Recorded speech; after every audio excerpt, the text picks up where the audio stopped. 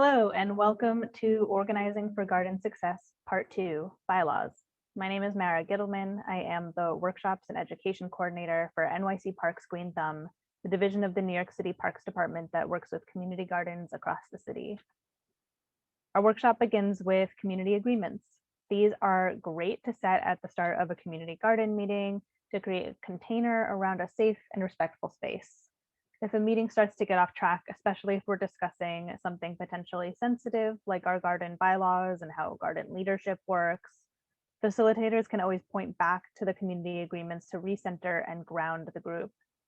We've adapted these from the Cooperative Economics Alliance for New York City. They include things like respect differences, active listening, listening to understand, not respond, one mic, embrace curiosity, and self-care. When we do this workshop live, we usually do a quick poll about how your garden deals with internal conflict. Do you have a process that you use when issues and disagreements arise? Some garden groups offer space in meetings to work out differences. Some have members in dedicated mediator roles, and some even outsource their toughest conflicts to arbitrators from outside the garden, including professional free organizations such as the New York Peace Institute or a council of gardeners from nearby community gardens. Conflict is an inevitable part of working in a group, and being prepared for it can make working together much easier in the long run. This is one of many reasons Green Thumb now requires garden groups to write bylaws. So what are bylaws? Bylaws are mutually agreed upon rules and procedures that a garden group creates to regulate its current and future practices for the day-to-day operations and governance of the garden. A garden's bylaws are where the group establishes in writing various garden responsibilities among group members, protocol for bringing in new members, changing garden leadership, handling finances and disputes, planning events, and any other activities the group takes on.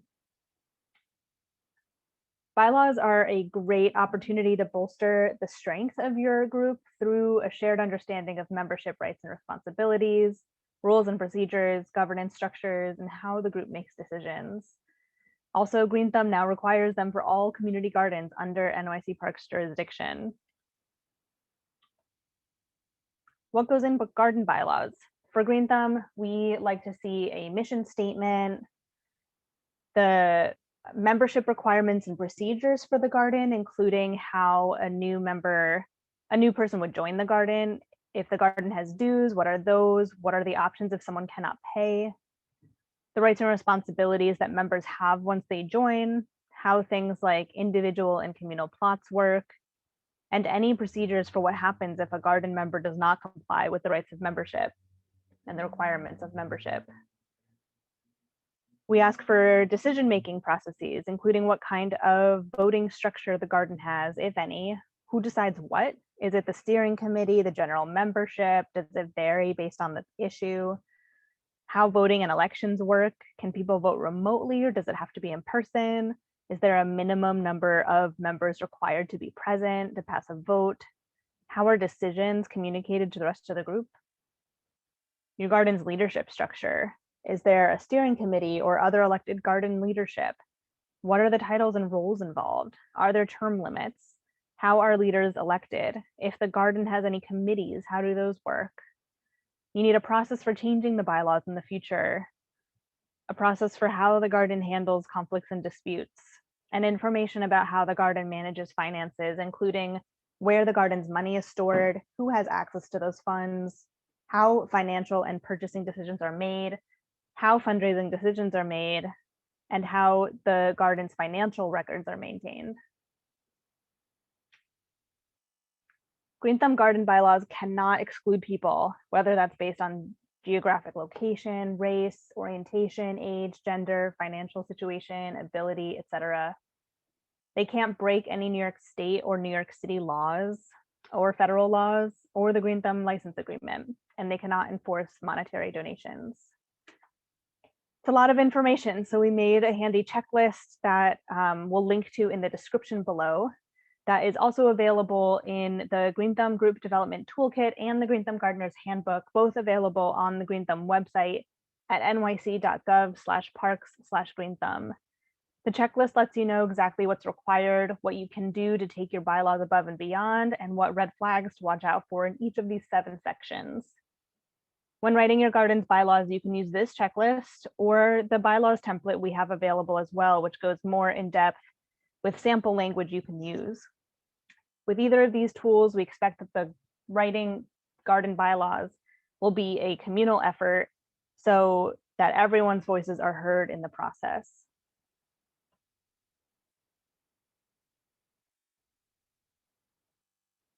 So this is what the checklist looks like. It has a section of requirements above and beyond and what to watch out for each of the 7 topics that we have required for the Green Thumb Garden bylaws. And you can download this on our website.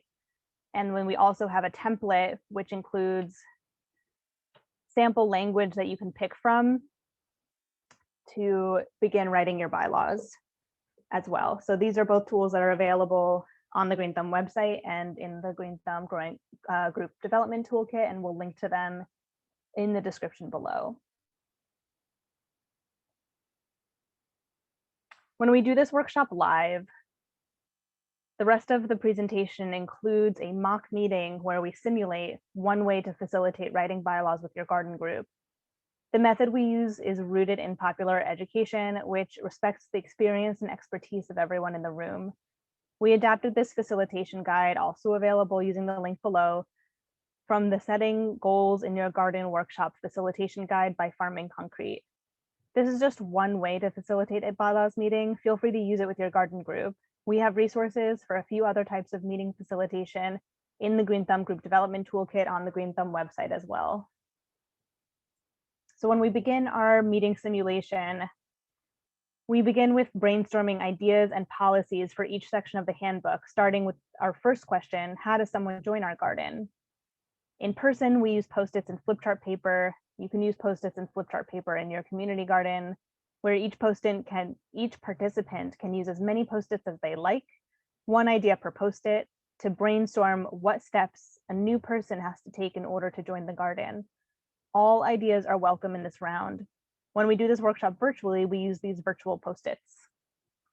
We like this method for many reasons, including that everyone gets to have input right away.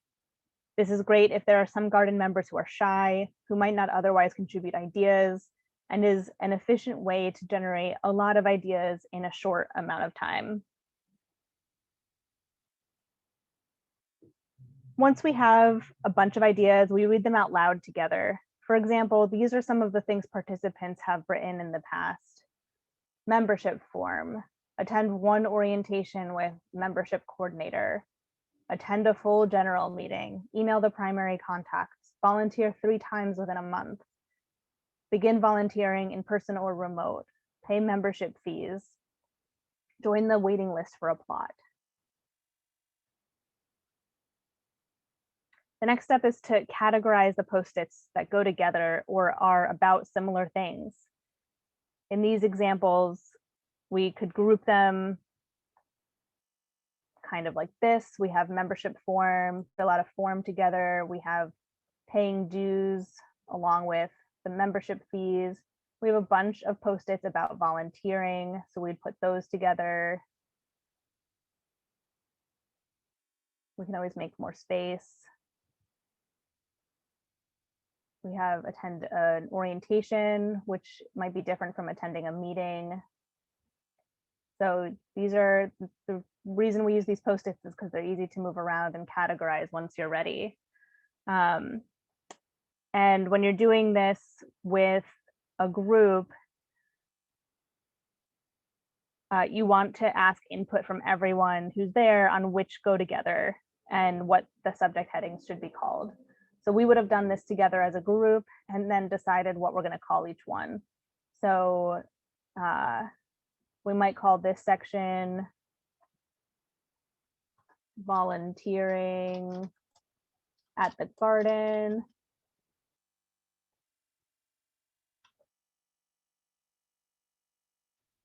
We might call this section membership dues. And again, you want to get input from whoever's at that meeting on what these categories are, what we're calling them. And so we would add subject headings to each of these. Here's what the slide might look like now after we've reorganized it together. We've not only given them headings, but we put them in order from 1 to 7 so that someone joining the garden knows what to do step by step. For some topics, we have more than one proposal for the same thing.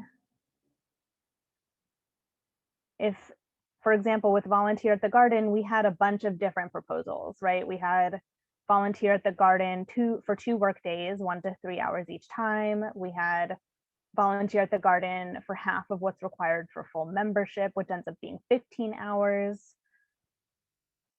And if this comes up, there are a few ways to handle it. One way is to have the group come up with pros and cons for each option and then vote, like we've done here. So the group then brainstormed that the longer requirement, the bigger requirement of 15 hours, the pro is that person is more likely to stick around.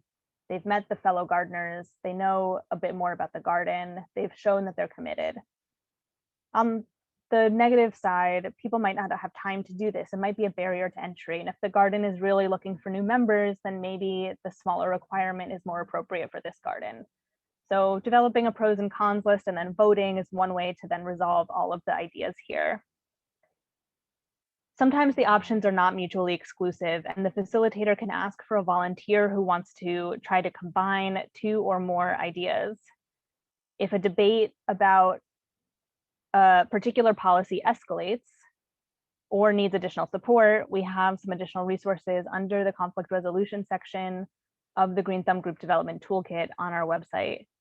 Dealing with disagreements in particular offers some strategies that facilitators can use. The next step is to have the designated note taker at the meeting copy all of our approved ideas into a separate document that will become the draft of our garden bylaws. This is what the section about joining our garden might look like after this activity.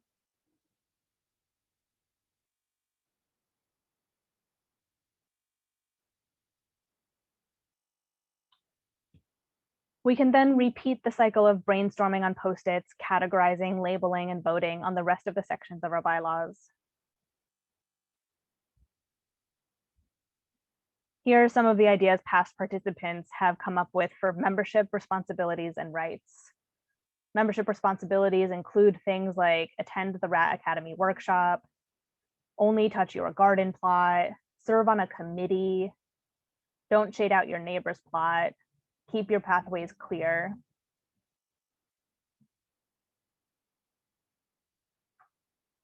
The rights might include things like can enter the garden at any time, gets a key, has a say in suggesting what projects and events we will plan, has a share of what is grown, can keep what they grow, can vote in general meetings, can work in the garden without supervision, can use compost at the garden, things like that.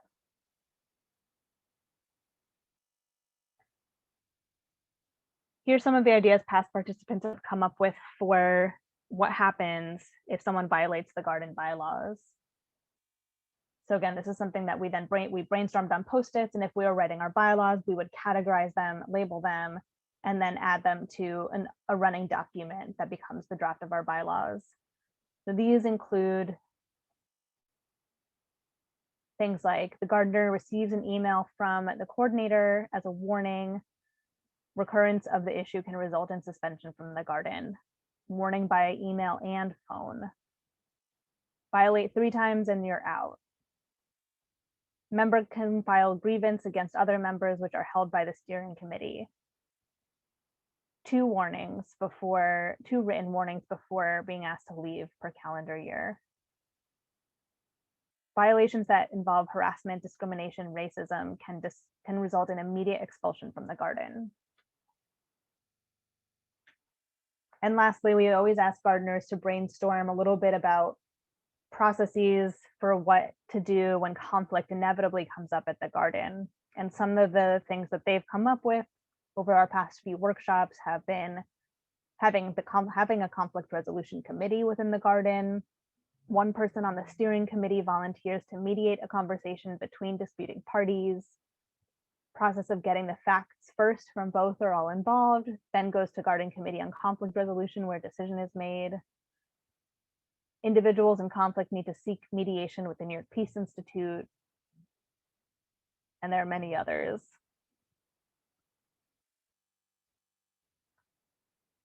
Once again, we have a bunch more resources on garden bylaws, meeting facilitation, dealing with disagreements, and more in the Green Thumb Group Development Toolkit on our website. I'll put the link in the description below. Thank you for tuning in.